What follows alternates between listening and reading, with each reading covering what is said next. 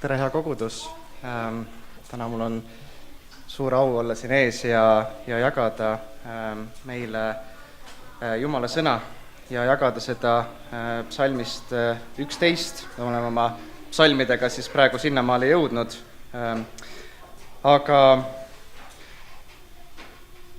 ma alustaks võib-olla sellest, et kui me mõtleme selle peale, et mis on eestlastele hästi omane, siis see on muretsemine. Ja me muretseme enda eest, me muretseme teiste eest, me praegu muretseme koguduse eest, TIFi koguduse eest, GBC eest, mina muretsen praegu, et äkki mu tütar jookseb siia ette, hakkab mind segama, me muretseme kogu aeg igasuguste asjade pärast. Ja kui me ka mõtleme puhtalt meie keele peale eestlastena, siis me muretseme endale töökoha, me muretseme endale auto, muretseme elukoha, me muretseme oma lastele hariduse, me pidevalt muretseme.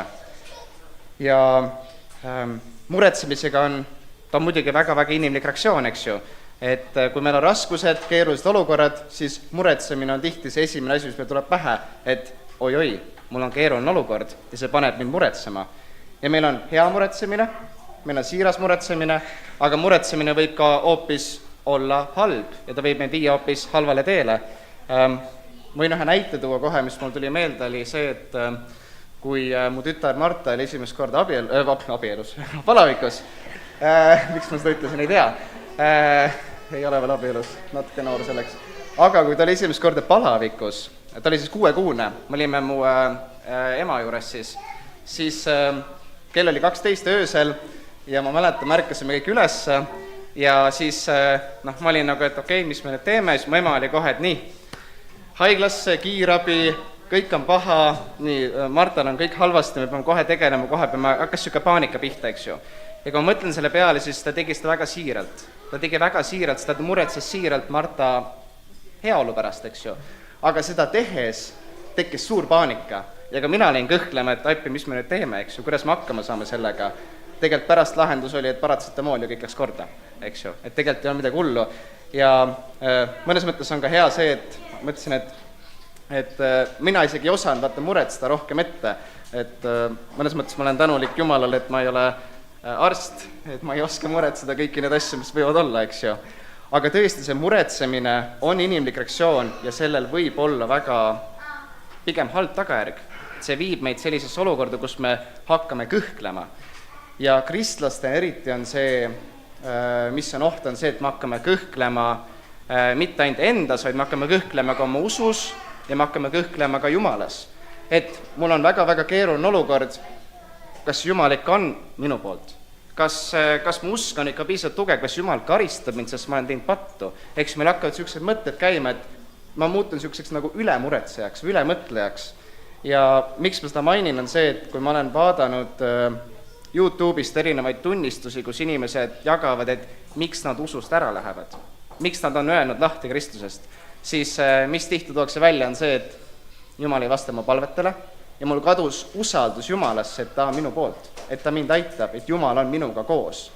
Sest ma tundsin, et Jumala ligiolu ei ole. Ja millest see tuleneb rasketest olukordadest, kus meil tekivad sellised kõhklused. Nii et täna me vaatame psalm 11 ja psalmis 11 me näeme sammuti seda inimlikku reaktsiooni, suurt kõhklust suures hädaolukorras. Aga oluline on see, kuidas Taavet vastab sellele suurele kõhklemisele. Aga enne kui me läheme sõna juurde, siis ma palvetan ka jutluse eest. Taevane Isa, ma tõesti palun sinu abi, sinu jõudult, sinu jaksu, sinu tarkust, et selle teksti, selle psalmi jutlustamisega toime tulla, et kõik, mis ma ütleks, oleksin tõene, et sinu püha vaim juhiks mind selles, et minu suust ei tuleks väära ja vale, vaid tõesti sina kannaksid seda jutlust ja sa ka avaksid meie kõrvad kuulama seda sõnumit, mida sa oled meile täna siin ette näinud. Et tõesti aita mind ja aita meid kõiki, et seda sõnumit vastu võtta ja kuulata. Jeesuse nimes, aamen. Nii, ma proovin esimest korda slaide kasutada. Vaatame, kuidas see välja tuleb. Aga vaatame kõigepealt seda sama teksti ise. Ma panen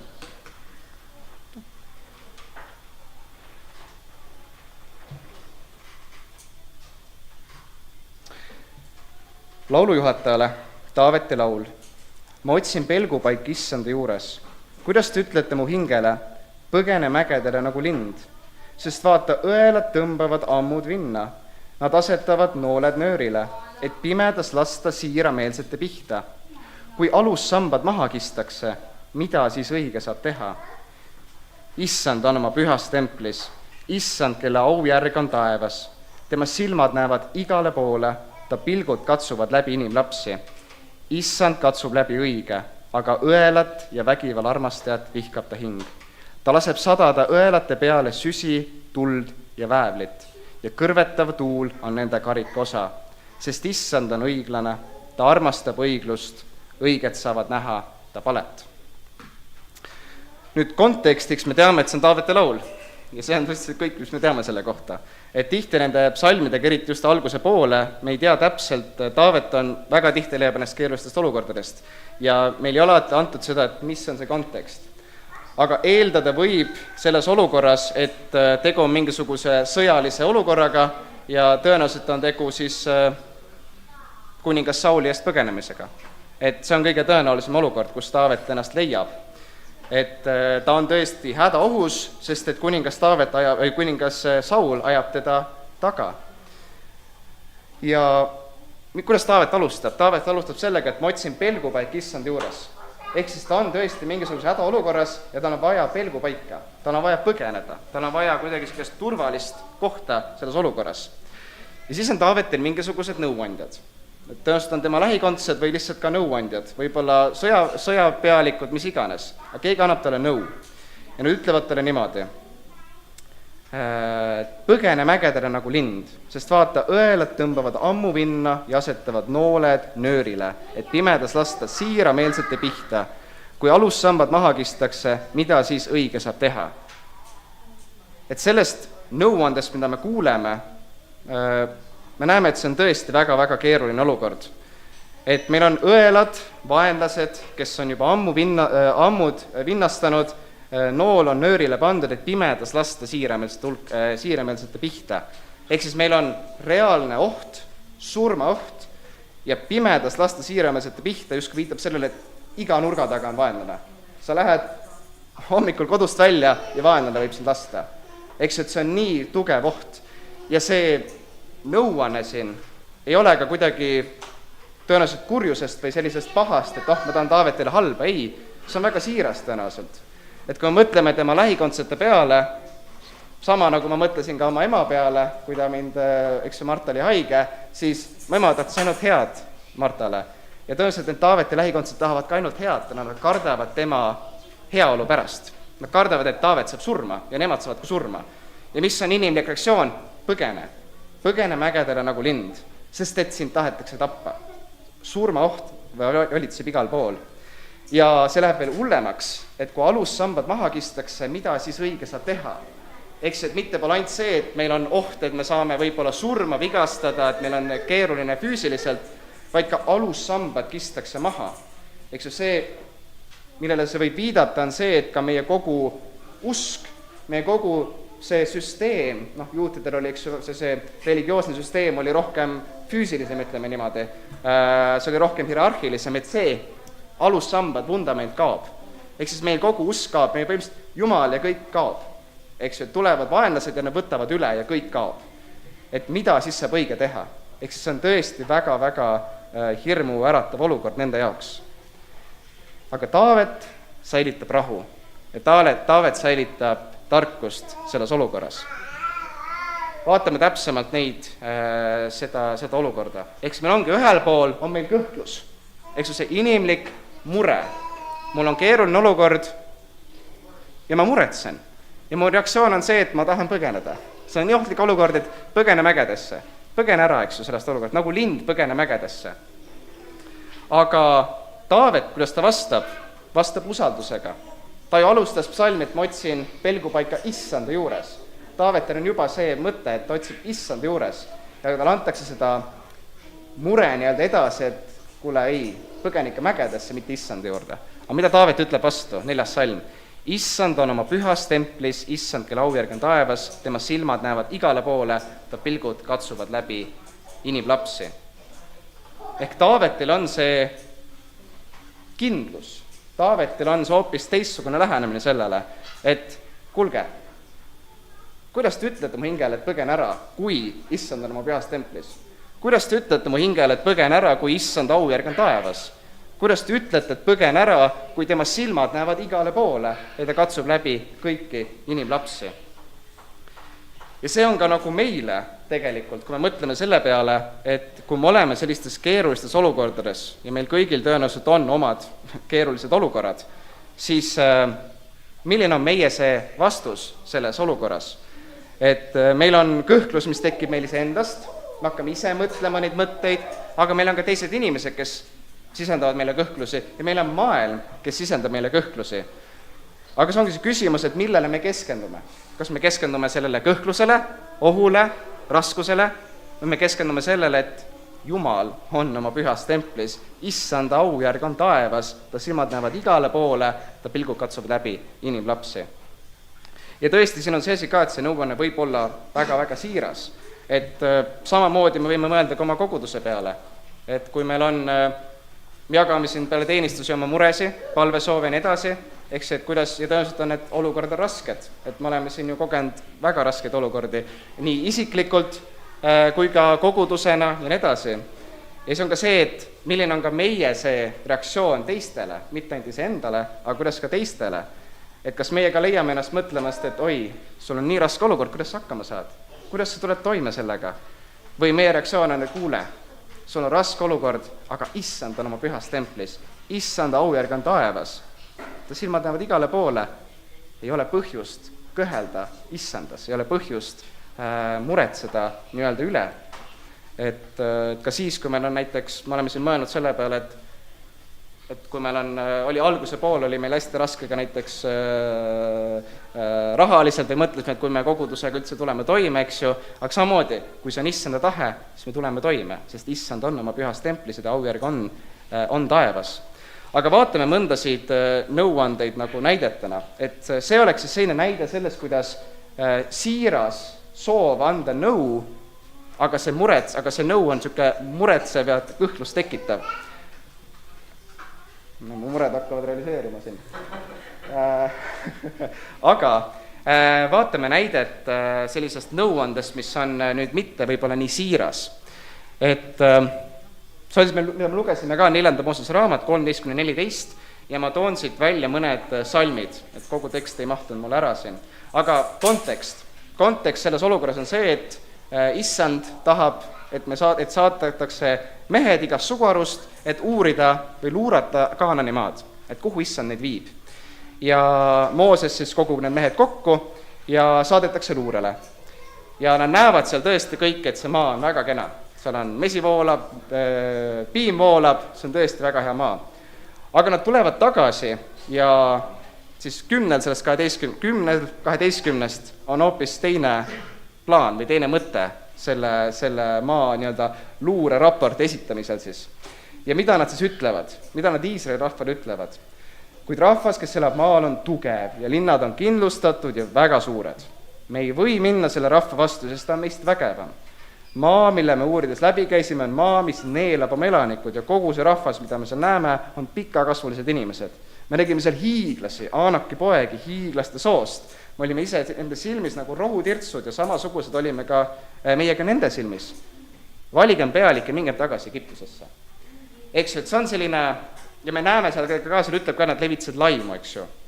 Ja seda me võime võtta kui sellist nõuannet justkui maailmast, et niisugune maailmalik nõuanne, mis tekitab meis kõhklusi.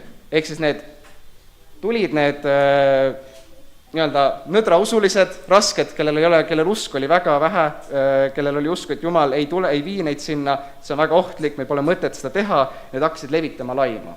Nad hakkasid levitama seda, et kuulge, me ei saa sinna minna, sest et me ei saa selle kunagi hakkama.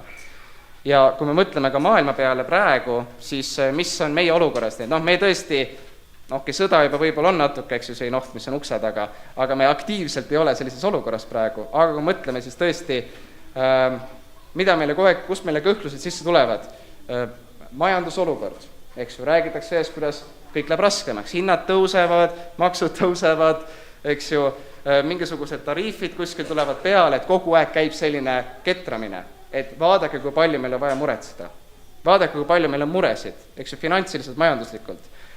Meil oli just mõned aastad tagasi oli suur koroonakriis, eks ju, jällegi, vaadake, kui palju me muretseda, et haigused, mis levivad, mis võivad meid tappa, eks ju.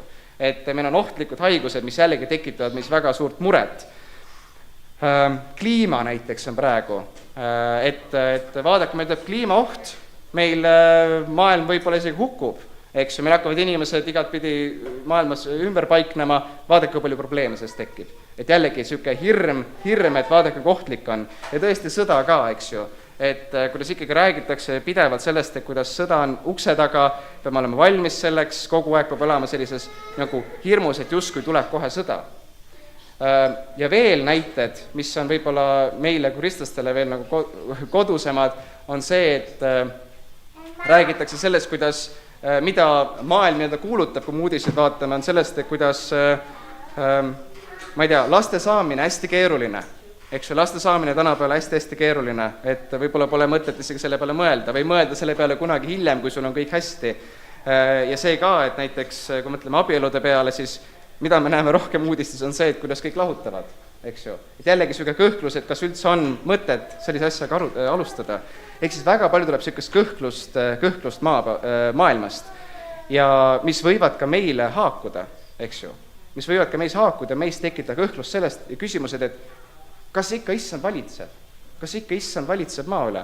Kas ikka issand on minu poolt? Kas issand kaitseb mind, kui tuleb sõda? Kas issand kaitseb, ma jäin haigeks? Kas issand ei ole minuga? Eks ju, tekivad niisugused kõhklused.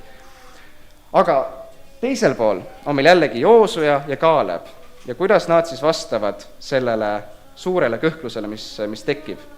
Ja nad rääkisid, ehk siis Joosuja ja Kaaleb, kogu Iisraeli laste kogudusele öeldes, maa, mille me läbi käisime, et seda uurida, on väga hea maa.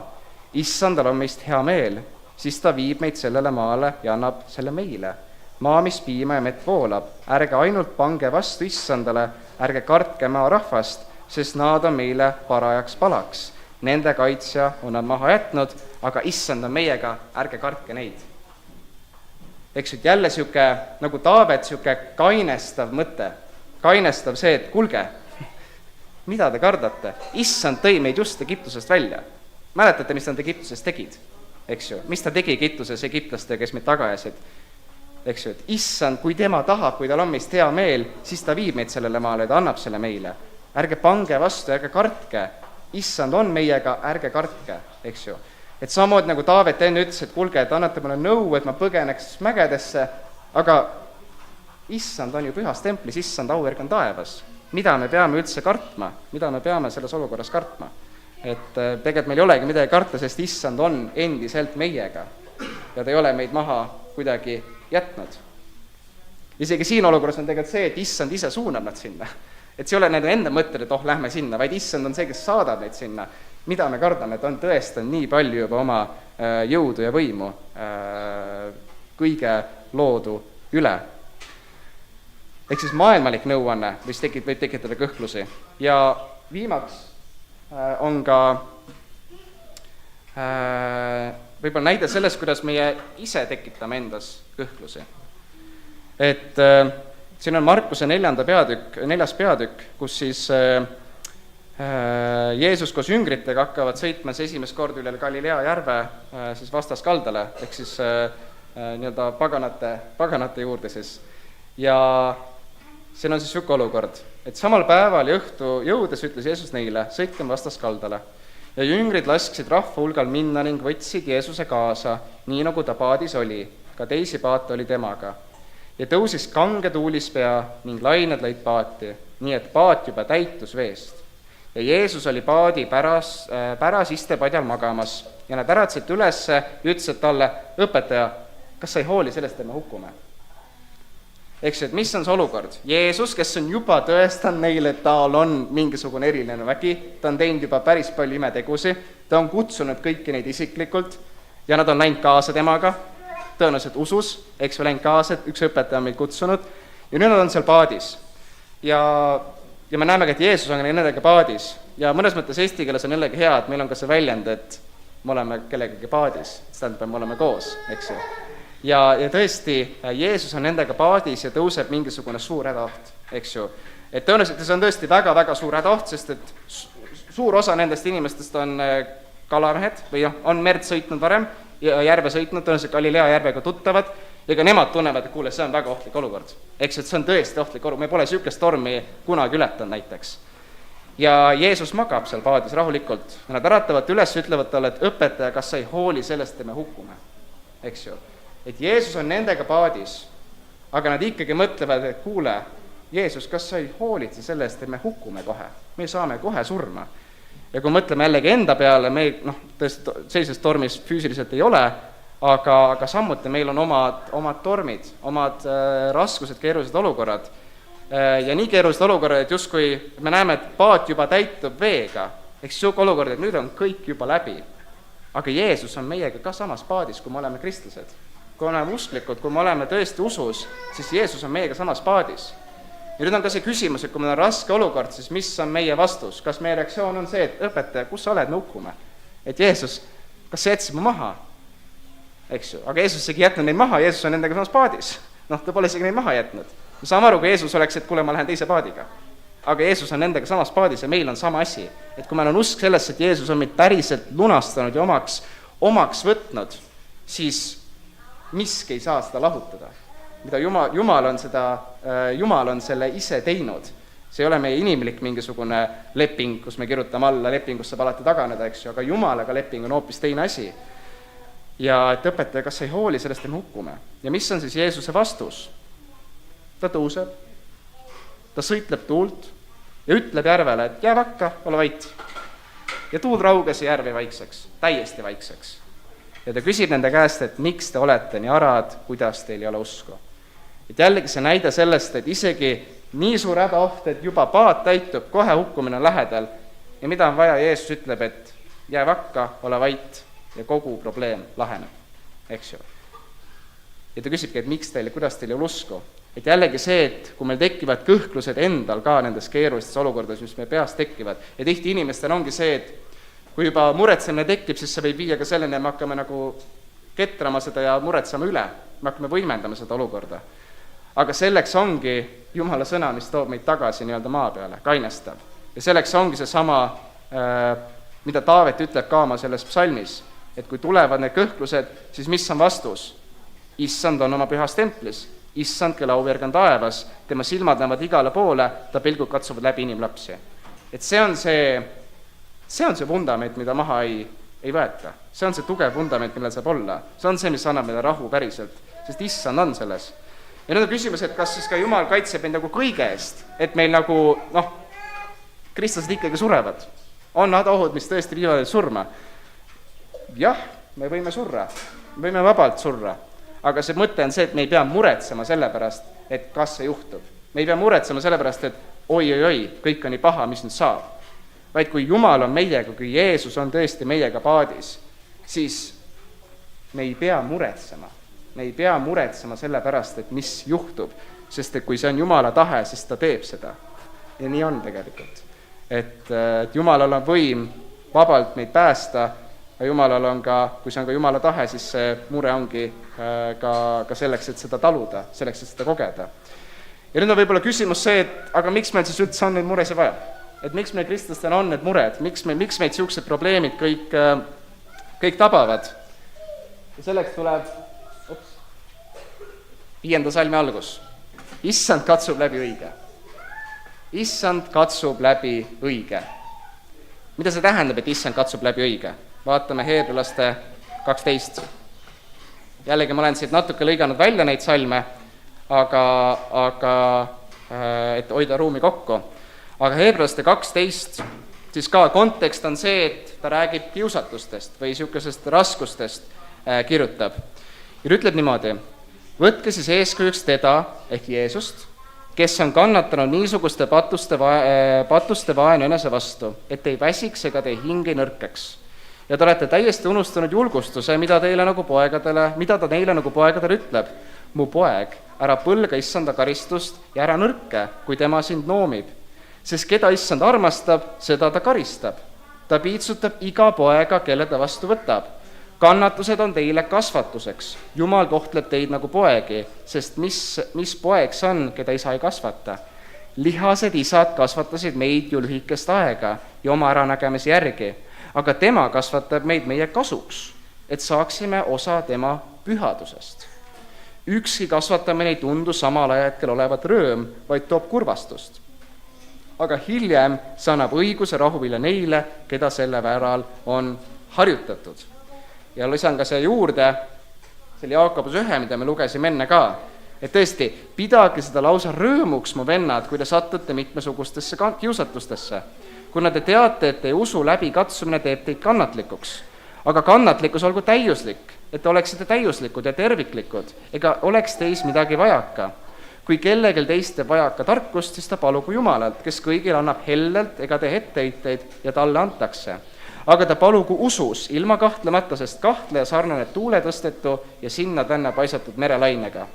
Ja siis salmis 12, õnnis on mees, kes peab vastu kiusatustes, sest kui ta on läbi katsutud, siis ta saab pärjaks elu, mil issand on tõotanud neile, kes teda armastavad.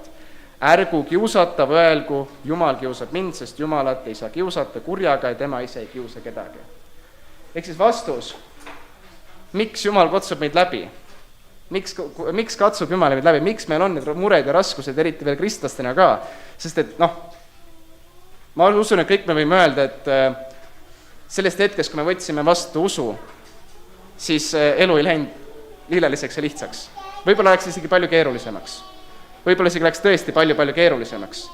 Aga milleks on seda keerukust ja mure ja kõike vaja, neid keerulisi olukordi, sama nagu Taavetil olid need keerulised olukorrad, kus ta põgenes vaenlaste eest, see on selleks, et me saaksime osa tema pühadusest. See on selleks, et me kasvaksime usus ja me kasvaksime milliseks Jeesuse sarnaseks. Eks ju, see on see kogu see point, kogu see põhjus, miks on need mured, miks on need raskused. Ja nüüd ongi see, et mis me teeme selles olukorras. Me olemegi nagu lapsed, kellel on armastav isa, kes kasvatab meid ja mida me teeme, tõesti me tunneme sellel hetkel, et kasvatus on raske. Eks ju, ka lapsena ma usun, ma Marta mõtteid ei loe, eks ju, aga kui ma teda karistan, ma arvan, et ta ei ole sellega väga rahul, et ma teda karistan, eks ju. Aga see on selleks, et mina tean, mis on õige selles olukorras, aga Marta veel ei tea seda, tal pole seda tunnetust. Ja ma teen seda selleks, et tal tekiks see samasugune tunnetus. Ja isa, meie taevan isa, on samasugune, et meie ei tea paljus asju, me ei tea väga paljus asju, kuidas käituda õigesti, kuidas saada Jeesuse sarnasemaks, aga tema teab ja tema annabki meile neid kannatusi ja keerulisi olukordi selleks, et meid kasvatada. Ehk siis see on hea asi. Või nagu need keerulised olukorrad tegelikult on head asjad. Ja see on ka võib-olla see, miks Taavet vastab ka sellele niimoodi, et miks Taavet ei ole ise nii suures hirmus selles olukorras. Sest et isegi kui tal on see surmaoht, päris surmaoht, siis ta vastab ikkagi, et kulge, rahu. Meil pole vaja põhjust mõretseda, miks? Sest issand on oma pühas templis, issand, kelle aujärg on taevas. Ta katsub, ta näeb kõiki ja ta katsub läbi kõiki inimlapsi. See on see põhjus, miks Taavet. Ja see on ka see meile see üleskutse, et kuidas meie sellesse suhtume. Et kas me ka tunnetame seda, et need raskused ja kannatused on tegelikult meile kasuks või me kipume ka kõhklema selles, et kas ikka Jumal on meie poolt. Aga ma võin teile kinnitada pühakirja toel, et see nii on. Et ta on meie poolt ka nendes keerulistes olukordades, sest need on meile kõigeks kasuks. Jällegi ma võin teha ühe isikliku näite, võib-olla lihtsama näite. Sest jah, tõesti, me kõik ei ole keegi siin praegu otseselt sõjas ja sellised olukordi meil ei ole, aga meil on igapäevaelu olukorrad. Ja jällegi lapsevanemana mul on hea tuua neid, või see kõige rohkem väljendub praegu just lapse kasvatamises. Et ma olen seda jaganud ka teile, või oleme Elisiga seda jaganud, et meie kõige suurem katsumus Martaga on olnud uni. Ei maga. Ja aasta aega ei maga.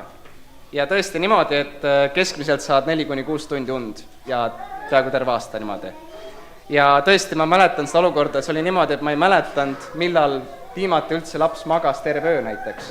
Või millal ta läks magama nii, et see ei olnud 2-3 tundi protsess.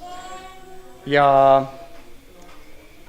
ma mäletan ka selles hetkes, ma olin ka tõesti nagu mures, et teised lapsed magavad, eks ju, emaga ütleb jälle, et kuule, et nagu midagi on äkki valesti, eks ju, loed mingit kirjandust, kuulge, et see ei peaks nii olema, et proovi neid asju kõiki, et need peaksid töötama, aga ei tööta, eks ju, minuga nüüd üldse ei tööta, ja see ongi see, et mis ma siis teen. Ja lõpuks oligi see, et ma mäletan seda, et kus ma lõpuks olingi, ma nii-öelda andsin alla sellega, et ma olingi, et nii, Jumal, sinul on võimalust ainult teha. Ja kui see on see tahtmine, siis palun tee seda. Palun anna Marta lund. Ja niimoodi oli, ma arvan, tõesti pool aastat. See kogu aeg see sama asi. Ja nüüd on niimoodi, et ma ei mäleta, millal Marta ei maganud tervet ööd, eks ju. Et jällegi see on lihtne asi, see on igapäevane asi, see pole mingisugune suur kannatus nagu sõda ja mis iganes, aga see on ikkagi samamoodi kannatus. Ja mis ma arvan, mis me võime mõelda, et mis on selle mõte, on see, et teha meid kannatlikeks. Ma arvan, et lapsed on kõige parem viis, kuidas õppida kannatlikkust. Sest lapsed nagu, Kallega rääkisin ükskord, laps on nagu mikrolaineahi, eks ju, et ta kogu aeg nagu popcorn plahvatab seal sees, et kogu aeg on mingisugune asi käib. Aga lapsevanematena meil on see, et ta ongi irratsionaalne. Ma ei saa talle ratsionaalselt läheneda, ma pean olema kannatlik. Ja ootus, aasta aega oli kannatust, nüüd on õnnistus. Et siuke lihtne näide. Aga on ka keerulisemad asjad. Mõtlesin, ma toon ühe näitega sellisest väga keerulisest olukorrast. Et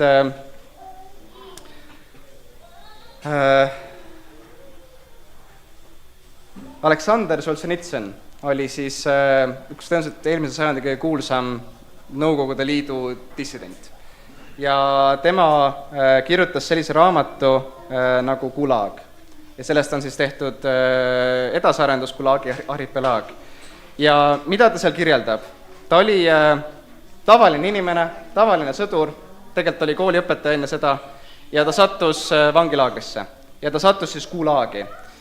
Ja ta oli seal Gulagis üle 10 aasta ja peale seda ta veel saadeti pagendusse, mis ei olnud sugugi parem kui seal vangilaagris olemine. Ja mida ta seal kirjeldab? Ta kirjeldab seal seda, et missugused olid olud seal. 10 aastat ta sõi põhimõtteliselt 1 pätsi leiba päevas. See oli see tavaline kogus süüa. Vahepeal sai ka vesissuppi, kui oli hea päev. Iga päev tärkas üles ja keegi tema toas, selles kasarmu toas, kus ta elasid, keegi oli surnud. Ja tema keha võib-olla ei koristatud seal mitu päeva ära, eks ju. Ja kogu aeg valitses selline suur repressioon, eks ju, inimestelt võeti ära numbrid, võeti ära nimed, andi number, ehk kaotati inimlikkus ja kõik muu, ehk siis väga raju ja keeruline olukord. Ja mida ta ütleb peale seda, kui ta sealt vanglast välja sai? Ta ütleb niimoodi: õnnistatud olgu vangla, õnnistatud olgu see selle eest, et sa olid mu elus, sest seal lamades mädanenud õlgedel mõistlin, et elu eesmärk ei ole heaolu, nagu meil on kuulutatud, vaid inimese hinge küpsus. Ja tõesti, tema sai selles vangilaagris kristlaseks. Ta viibis seal koos, kristlased pandi ka muidugi vangilaagritesse, ta viibis seal koos nendega ja ta sai kristlaseks. Ja see vangilaager, mida ta koges ja kõik see pagendus, kõik see tõesti jube keeruline olukord, kus ellujäämise tõenäosus oli võib-olla alla 10%. Ta pärast ütleb, et õnnistatud olgu see vangla. Miks? Sest see oli see, kuidas tema kasvas. See oli see Jumala karistus, aga pühitsus pigem. Pühitsus temal oli see. Ja tõesti, ta tuli sealt välja, ta oli siiras usklik, siiras vend usus. Et ka sellised ülikeerulised olukorrad, Jumal kasutab neid ära heaks.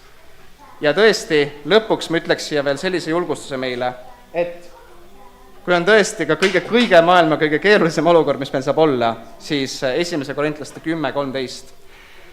Senini pole teid tabanud muu kui inimlik kiusatus, aga Jumal on ustav, kes ei luba kiusata rohkem, kui te suudate taluda, vaid koos kiusatusega valmistab ka väljapääsu, nii et te suudate taluda. Ehk see on see julgustus meile, et Jumal on see, kes meid kasvatab. Ja Jumal kasvatab meid tihti läbi kiusatuse ja läbi raskuste. Aga koos selle kiusatuse ja raskusega ta on ka valmistab meile ette väljapääsu. Ja see on jällegi see, et mida Taavet ütleb, Jumal on või Issand on oma pühas templis. Et isegi selles kõige keerulisem olukorras Jumal ikka valitseb.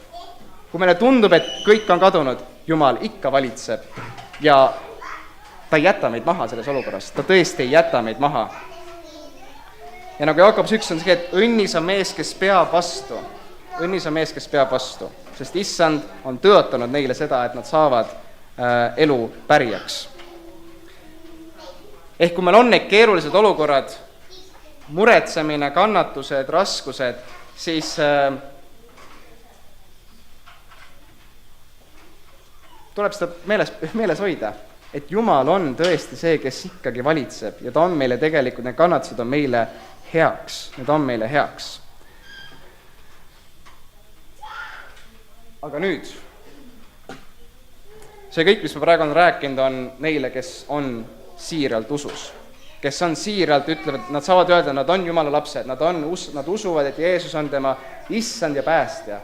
See on nendele, kes nemad saavad öelda. Sest et läbi Jeesuse oleme meie saanud õigeks. Läbi Jeesuse oleme meie saanud õigeks. Aga õelal ja vägivalla armastajal, tal on küll väga palju põhjust muretseda. Tal on tõesti palju põhjust muretseda. Sest et mida ütleb Taavet edasi? Aga õelat ja vägivalla armastajat vihkab ta hing. Ta laseb sadade õelate peale süsi, tuld, väävlit ja kõrvetav tuul on nende karikosa. Sest Issand on õiglane, ta armastab õiglust, õiged saavad näha ta palet. Ehk siis need, kes ei ole Jumalaga, kes ei ole saanud õigeks läbi armu kaudu, kes ei ole saanud päästet, nendega see raskus ja keeruline olukord ei ole üldse enam nii ilus, ei ole enam üldse nii hea, vaid see on tõesti väga halb, sest et õelat ja vägivalla armastajad vihkab ta hing, vihkab. Ja see ei ole kerge sõna, et Jumal vihkab neid ja ta tõesti hävitab nad. Ta hävitab, ta laseb neile tulla igasugust raskust, süsi, tuld, väävlit, kõrvetav tuul on nende karika osa. See on see, mida nad on välja teeninud. Ja see oleks tegelikult kõigiga meiega nii, kui meil ei oleks Jeesust, eks ju. Ja tõesti, siin on ka sees, et me mõtleme, et õel ja vägivalla armastajad, aga oota, ma ei ole õel ja ma ei ole vägivalla armastajad. Minuga on kõik hästi. Aga Jumalaga on selline asi, et temaga ei ole erapoolikust. Et Jumal ei ole, sa ei saa olla erapooletu. Ma ei saa olla, et ma olen seal kuskil keskel, ma olen nagu neutraalne. Ei, sa oled kas Jumalaga või Jumalata. Ja see on üks või teine. Muud valikut ei ole. Ehk siis tõesti, kui me ei ole Jumalaga, kui me ei ole Jumala lapsed, siis meil on igasugune põhjus muretseda. Aga sellega on ka hea uudis, eks ju. Et hea uudis on see, et Jumal on teinud oma pääste avalikuks. Et Jumal, keda meie teenime, ei ole selline salatsev Jumal, kes annab ainult mingisugune kuskil salajane sekt kuskil ukse taga, kust tuleb kuidagi kontaktide kaudu sisse saada, et nüüd sul on pääste võimalik selle kaudu. Ei, Jumal on saanud avalikuks Jeesus Kristuses.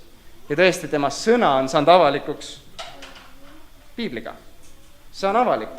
Keegi ei ole, see ei tule kuskilt põrand alt. See on raamatupoes. Kõik saavad seda vaadata, see on internetis saadaval tasuta, eks ju. Ja Jeesus on kaadun maailma, et saada avalikuks. Ta ei tulnud ainult mingisuguse väikse osa inimeste juurde, ta käis kogu ala läbi ja ta ütles, et levitage seda sõnumit kõigile.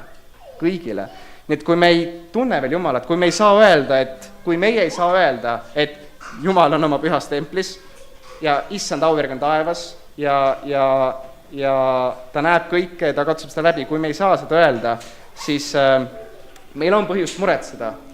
Meil on põhjust muretseda seepärast, et meid ootab see, mida Taavet siin kirjeldab. Aga Jumal on nii armuline, et ta on andnud meile ka võimaluse saada päästetud sellest. Ja mis on tingimus? On usk. Esiteks kõige rohkem usk. Usk sellesse, et tõesti Jeesus Kristus on Jumal ja ta on minu päästja, ta on minu Issand. Sest Jumal on armuline. Ta on õiglane. Vaadake, ta ütleb, et Issand on õiglane, ta armastab õiglust. Kurjad väärivad karistust. ja karistus ei ole Jumalaga see, et 10 aastat vangistust, vaid igavik põrgus on karistus. Aga ta on ka armuline. Ta on ka armuline, sest et ta on andnud võimaluse saada õigeks. Ta on andnud võimaluse meile saada õigeks ja see on läbi Jeesus Kristuse. Usu temasse. Läbi ristisurma on see viha valatud Jeesuse peale. Ja see on võetud meilt ära, kes me saame öelda, et me oleme Jumala lapsed.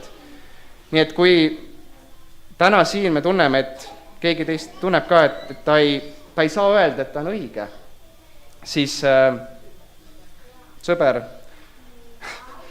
see õiglus on saavutatud läbi Jeesus Kristuse.